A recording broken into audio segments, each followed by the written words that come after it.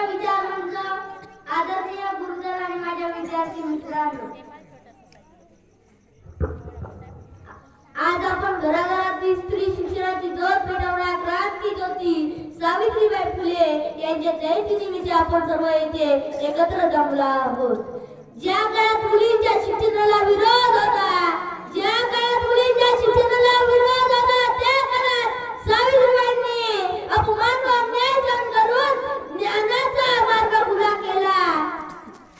त्यांनी मुलींची पहिली शाळा सुरू करून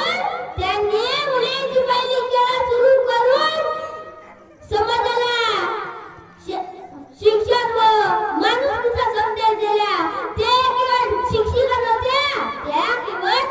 नव्हत्या, तर त्या सामाजिक क्रांतीच्या अग्रदूत होत्या. आज प्रत्येक मुलगी शिकते, स्वाभिमानाने जगते, ती सावित्रीबाई फुले आहे. म्हणून या संपूर्ण देशातील संपूर्ण महिलांनी सावित्रीबाईचा पुतळा पाहिजे असं वाटतं. यावेळी मी एवढंच बोलतोय. ते सांगतो. जय भारत. धन्यवाद.